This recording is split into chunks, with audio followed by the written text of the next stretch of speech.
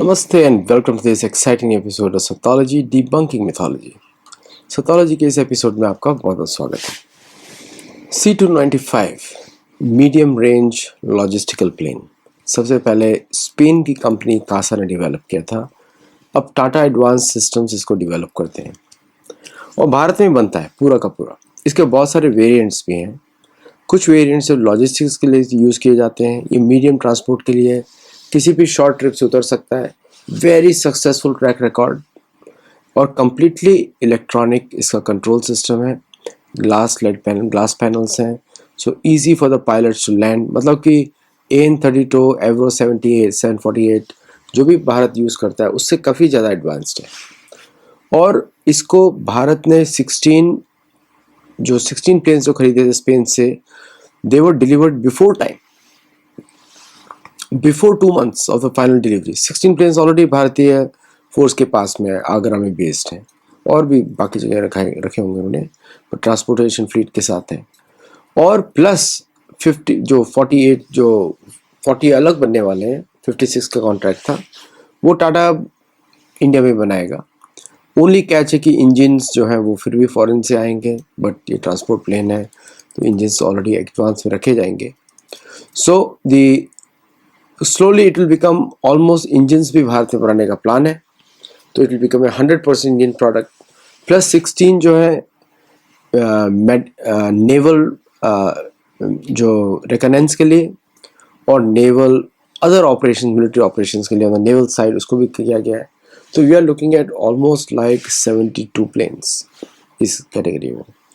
Plus क्योंकि भारत में बनेगा तो और भी बनाए जा सकते हैं as per the need of India.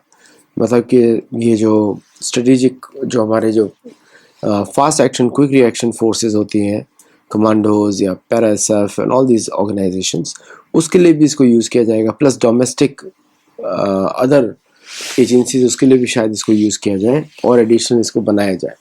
It's a very successful project और भारत इसी तरह के प्रोजेक्ट साइन कर रहा है, जैसे कि अभी रफाल का भी साइन किया। फिर तेजस का जो MK2 है उसमें F1414 है, उसको रिप्लेस करके कर दिया जाएगा for the local domestic engines, जो भी उसका ऑल्टरनेट बनेगा साफरान के साथ। प्लस एमका में भी वही इंजन्स लगने वाले हैं। प्लस क्या होता है कि फॉरेन मैन्युफैक्चरर्स क्या करते हैं, सेम इंजन को डिफरेंट प्लेटफॉर्म से यूज़ करते हैं unless there is specific application. जैसे कि F22 का इंजन थोड़ा अलग है, F18 का अलग है। So but other than that most of the engines are common engines, different frames, different capacities. और शायद उसके बाद TOT के बाद उसमें अपग्रेड्स भी किया जाए, नए इंजन्स बनाए जाए उसी तरीके के। और साथ में भारत का GTRE कावेरी इंजन है, वो भी अब 75 किलो न्यूटन तक टेस्ट हो चुका है, विच इज़ सफिशिएंट। उसे मॉडिफिकेशन करके अप टू 90 के स्टैंडर्ड पे लाना पड़ेगा, which they are trying to do. और उसमें भी हम देखेंगे कि lot of improvements coming up, lot of updates coming up. अभी अमेरिका की तरफ से ये 16 प्लेन्स तो डिलीवर हो गए। अगर सपोज करो ये कॉन्ट्रैक्ट अमेरिका का दिया होता, सैंक्शंस लग रहे होते, फिर उसका ड्रामा चल रहा होता कि इंजन नहीं है, सप्लाई चेन नहीं है, ये नहीं है, वो नहीं है, फलाना ढिमका। अच्छा हुआ भारत ने इसको स्पेन के एयरबस के साथ साइन किया, because they are more reliable, timely delivery है, आप पैसा लो and get the goods done, तो वो ईजी हो जाता है भारत के लिए और सबके लिए भी ईजी हो जाता है। अमेरिका के साथ उनका वेपन्स भी लो, फिर उनका एहसान भी लो, फिर उनका सैंक्शन भी झेलो, फिर उसके बाद arm twisting, like total drama. अब कौन सा कंपनी जो है अमेरिका की कंपनी से बिजनेस करना चाहेगा? सारे इतने सारे कॉन्ट्रैक्ट साइन करते किए जाते हैं विच इज़ टोटली यूजलेस। मतलब अब अमेरिका भारत का समय शुरू हो रहा है और अमेरिका का काल रुक रहा है। अमेरिका में प्रेसिडेंट ट्रम्प ने कनाडा के बोला कि 100% सैंक्शन लगाएंगे। यूरोपियन यूनियन पे भी जब EU-FTA डील होगा भारत का, उस पर भी बोलेंगे 100% सैंक्शन लगेगा। इस तरह आर्म ट्विस्ट करेंगे यूरोप को भी। Europe is a 17 to 18 trillion dollar economy, which is a big economy, second largest economy as a European Union. तो उसमें भी भारत का के ऊपर वो सैंक्शंस की बात करने वाले हैं। वी ऑल नो दैट होने वाला है। दूसरा, अमेरिका की पॉलिसीज़ जो है डोमेस्टिक कंपनीज के लिए वो बिल्कुल भी ठीक नहीं है, because most of the American businessman कहीं बिजनेस ही नहीं कर सकते। अफ्रीका में सैंक्शंस, इधर सैंक्शंस, उधर सैंक्शंस, इधर travel ban, like American business भी सिर खुजाते होंगे, भाई हम करें क्या। Small and medium size business are totally troubled. By American sanctions, क्योंकि उनको ही ज़्यादा इफेक्ट होता है। टैरिफ का भी impact small business, medium size business को होता है। मैं जैसे इंडियन स्टोर में गया था यहाँ पे, अब वो लोग रो रहे हैं कि हम अपना मार्जिन खाएं या लोगों को बेचें। तो the footfalls have decreased. Indian American की फुटफॉल डिक्रीज हुई है because they can't afford all those things, या फिर it's too expensive for them. तो स्टोर करते हैं, कम जाते हैं स्टोर में ताकि खर्चा कम हो। अब आते हैं, आज एक शूटिंग हुई वापस मिनियापोलिस में, वापस किसी एक नेता को मार दिया उन्होंने। वो सरेंडर कर रहा था, उसको गोली मार दी। तो मिनेसोटा गवर्नर बोल रहे हैं, वो एक्चुअली सारे governments in USA are all together. American को कोई ऑप्शन ही नहीं है किसी दूसरी पार्टी का, यूनि पार्टी है, दोनों एक दूसरे से एग्री कर जाती है फॉर एवरीथिंग। सो कोई ऐसा अपोजिशन नहीं है जो अपोज करे, ना मीडिया अपोज करता है ना कुछ अपोज करता है। सी, मुझे बड़ा ताज्जुब होता था पहले कि why Indian media is celebrating Donald Trump's selection, समझ में नहीं आया था। तो अब समझ में आता है कि most of the Indian media जो है फॉरेन कंट्रोल्ड है, उनका खुद का व्यू पॉइंट्स ही नहीं है, वो दूसरों का रिपोर्ट लेके छाप देते हैं इंडियन में।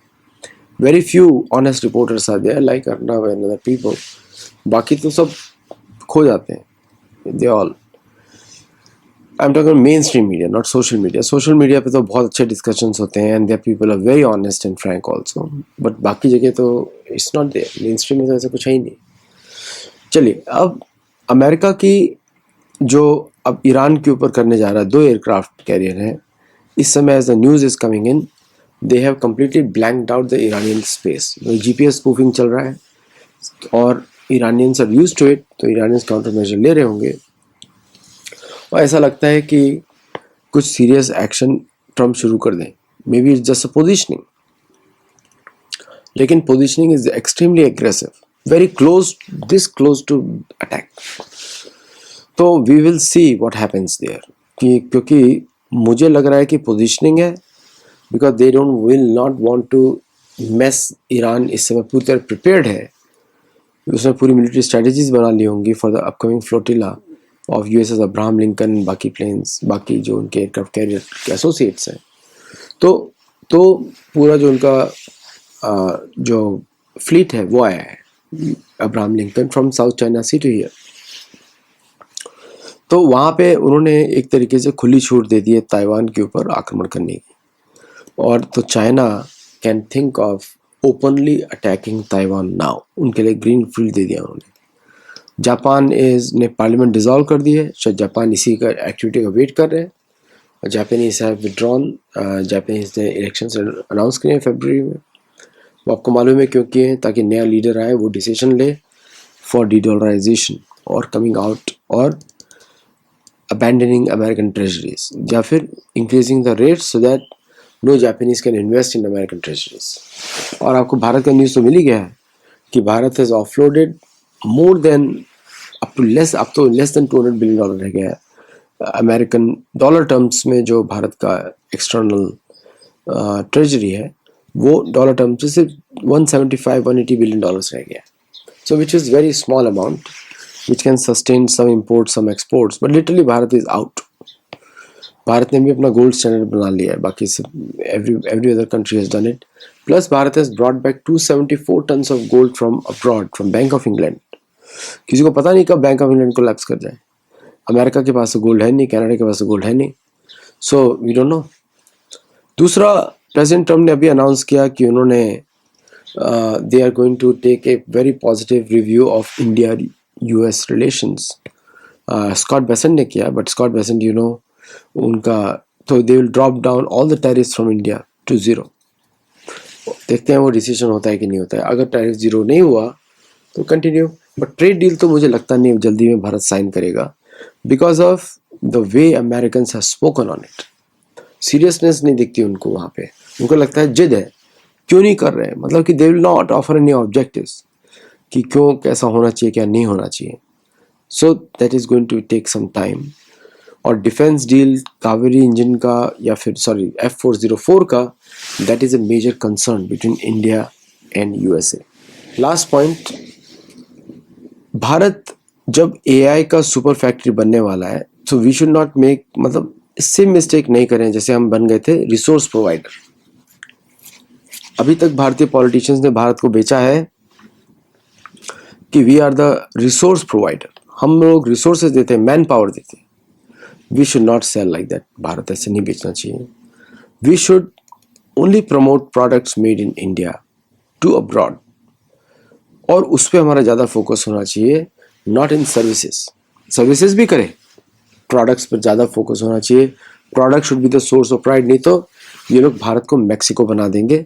मैक्सिको में ये लोग लेबर यूज़ करते हैं, अपनी प्रोडक्ट्स बनाते हैं, but they remain American IP. We don't want that.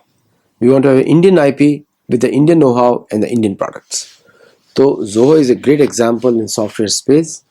वो बाकी डेवलपर्स को भी वर्ल्ड इंडिया के उनको उधर फोकस करना चाहिए. Specially large company should move in, because it takes a lot to develop a software product. मेरे को बहुत एक्सपीरियंस है प्रोडक्ट डेवलपमेंट में. So I know that it takes a lot of money to build a product. And investments अगर रहेंगे then people don't have to go. Most of the products fail because कोई investment नहीं आता. And once you register on American platform, American app store, then it becomes American product, not a Indian product. So therefore ये important है भारत के लिए कि Bharat should build their own app stores, own data centers and own cloud services, ताकि वो ये सब काम कर सकें. So a reliable cloud service is yet to come. अगर भारतीय लार्ज बिजनेसेस प्लान करें, then India can have their own app store which can sell to India, and all foreign companies have to register on that app store so that the IP remains Indian. इस पे काम होना चाहिए. और दूसरा हुआ आपका द स्पेस में लास्ट जो इसरो का फेल हुए थे, I think Bharat is going to come up with the correct version. ISRO is going to work on it, और नए सैटेलाइट्स लॉन्च करने का प्लान है, up to 1000 satellites in next 20 years. अभी immediate need है 50 and then it has to be scaled up, because कि अगर नाविक चलाना है पूरी दुनिया में तो you need to have a large satellite system जो कि पूरी दुनिया में चले अगर नाविक चलाना है तो. या फिर भारतीय कैरियर्स को सिक्योर कम्युनिकेशन रखना है, कंट्रोल बाय इंडियन गवर्नमेंट, तो इसके लिए भारत को लार्ज नंबर ऑफ सैटेलाइट्स चाहिए. Means India is just starting. America रुक रहा है क्योंकि अमेरिका के पास अभी उन्होंने सेलिब्रेट किया एक अपने सोनिक वेपन को as a big achievement. Every country has a laser weapon system, every country has energy बोलते हैं targeted energy system, every country has it. और भारत तो 300 किलोवाट का बना रहा है. America is using 30 kilowatt right now. Bharat is making 300 kilowatt also. So everybody is testing that, क्योंकि उससे उसको कैच करने का, उसको टारगेट करने का कोई सिस्टम रह नहीं जाता unless it is guarded by a mountain. Mountain is the only thing which can absorb it. So many changes happening. Bharat is starting and America is stopping. आज के लिए इतना ही. Do become our member. Do support us by UPI, PayPal, Venmo, Zelle and Wise, and also join our Gurukul to learn dharma knowledge. धर्म का ज्ञान एक आराम, एक सीक्वेंस, एक मेथोडिकल वे में हो. आज के लिए इतना ही. नमस्ते, जय Jagannath, and I will see you in the next show. Thank you.